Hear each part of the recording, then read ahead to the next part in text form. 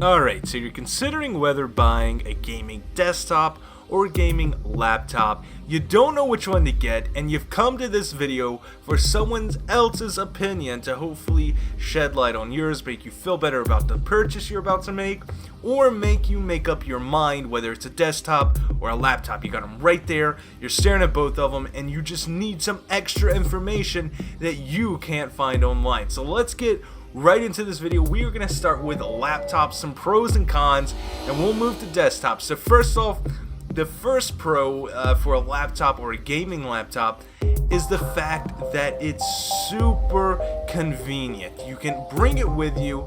It's portable-ish. We'll talk about that. And it's something you just bring over to your friend's house, play a game, and just have some fun. You know, you don't have to worry about lugging around a big box and having your monitors with you and your keyboards and your mouse and all that stuff, and worrying about setting it up, looking for extra plugins on the wall. Gotta get out that power strip. It's something you can bring with you and play. You possibly could even do this in school and impress all your friends. A next pro to a laptop is the fact that not only is it more cutting edge, it's kind of a cool thing to have. You know, not a lot of people have a gaming laptop, but it's something that is kind of like a staple. You can say, oh man, I got that Alienware, I have that MSI, or if you're fortunate enough to have a Razer blade, you can pull that thing out and people will be envious, whether they're console players or PC players. They look at that and be like, you can play games on that. And all you gotta say is yes. So let's move on to some cons. And unfortunately, the cons outweigh the pros when it comes to gaming laptops. So first off, we're gonna talk about form factor. They're thick, not the good kind of thick. They're super heavy, and it's pretty much like carrying around a brick with you everywhere you go. And I know some of you guys are like, yeah, but the Razer is just as thin as the new MacBook Pro, and it's a gaming laptop. Yes and no. The Razer blade thermal throttles, and what that means is whenever you're gaming on that thing and you're putting the screen to use basically, and all your cores and your hard drive and your video card, thing heats up and it starts slowing down.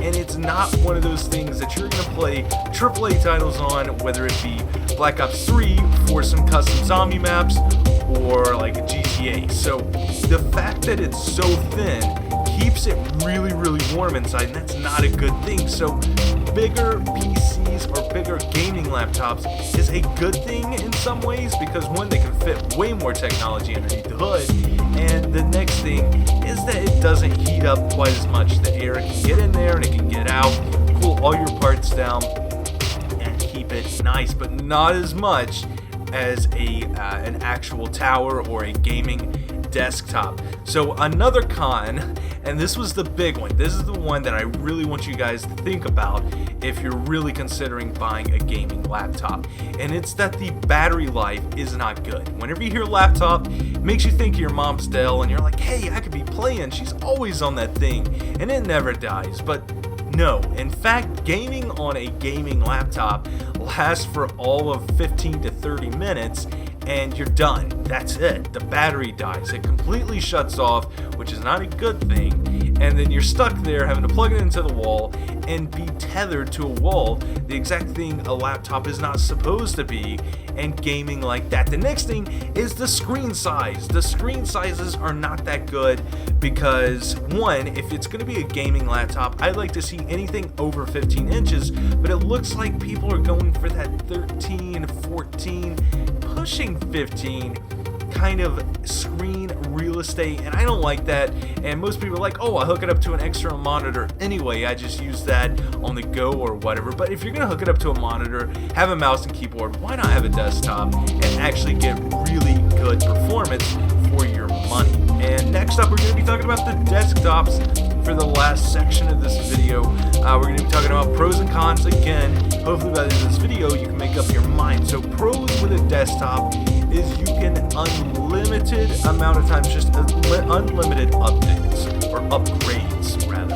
You can, if you need more RAM, you stick some more RAM in there. If you need another graphics card, you hook another graphics card in there. You either yank the one you got out if it doesn't support SLI or Crossfire, and you put the new one in. And if that one supports SLI or Crossfire, you put another one in, and you bridge it, and you have the power of 2 graphics cards to 1 monitor or 2 or 3 or however many monitors you have when you're playing games. You can always upgrade, even if you spend a small amount at the beginning. As long as you put your money into decent parts that you can work on and work up from, you can always upgrade. So that's why I always say put a little bit more money into your CPU and motherboard to make sure that you have proper expandability, and also with your power supply. That's 3 things you really need to put your money into whenever you're building a budget build PC. Unless you're going to be happy with that and you know that you're going to upgrade the complete thing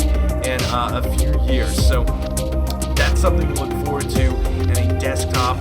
The next kind of pro for a desktop is that you're getting actual performance. So as with a notebook, you're getting the M version or the mobile version. You're getting a mobile graphics card. You're getting a mobile processor. And not all are like that. I do give that. I'll take that. But the majority out there are like that. You're getting the mobile GTX 980 or 960, 970, and it nowhere near stands up to what the performance is of that of the desktop version. And now let's move into the cons of having a desktop. And the number one thing is there is absolutely no portability. Right now, if someone's like, hey, bring your setup over to my house, set it up, and we'll do some videos or something, it would probably take me 3 or more hours to tear down my entire setup and get it into my car and then get going. And setting it all back up over there or somewhere else would probably take that much of time too, because I don't only take, well, I guess I'll leave that out. So let's just say about 2.5 hours. That would probably be my setup time, and that's just with 2 monitors and a desktop. And it's not even the fact that it's like, oh, you just unplug it and throw it in. It's all my cables are neatly organized, so you gotta deal with that too. You're not just gonna slap them back, and that's a con. And I can't really think of too many more cons for a desktop. I guess size. You don't want something bulky in your room, and you have to buy a monitor. You have to buy a keyboard, mouse. That all factors into the price. So hopefully you guys enjoyed this video. Hopefully you guys can make up your mind from this. I know I rambled a little bit, but I will see you tomorrow with a brand new video.